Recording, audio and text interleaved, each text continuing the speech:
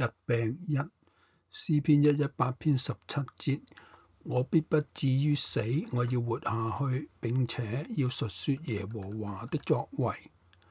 喺病咗嘅時候，最要緊嘅一個因素就係病人自己嘅信仰同埋佢對於生命嘅態度。如果佢係覺得佢一生有未盡嘅工作，有好多唔能夠放棄嘅責任，靠住佢嘅信仰同埋意志力，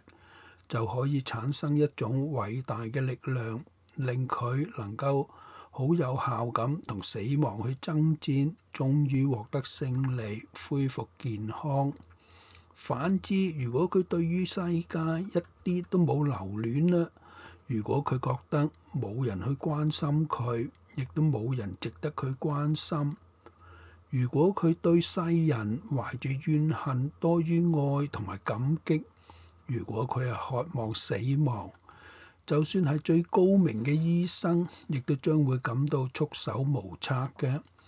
呢個係好多醫生都可以證明嘅事實。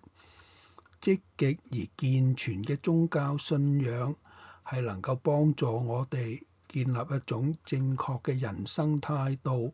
產生一種有力嘅信仰，令到我哋唔係因為貪生怕死而求醫，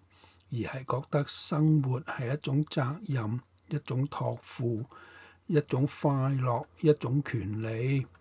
今日嘅經文就說明咗呢種對生命嘅決志係獲得健康嘅最有力因素。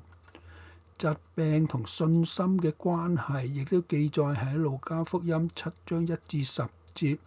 耶穌治好百夫長嘅僕人嘅故事。耶穌去到迦百農百夫長嘅一個奴僕，病得快要死啦。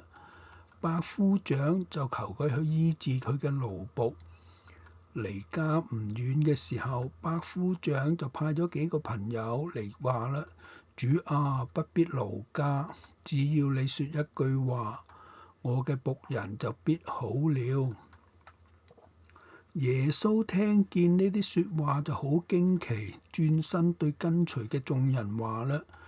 我話俾你哋知道，咁樣嘅信心，我喺以色列之中從來都冇見過。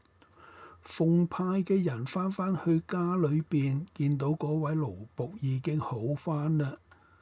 生命之主啊，求你開啟我嘅心眼，令我明白我係冇盼望死亡嘅權柄，令到我知道失望灰心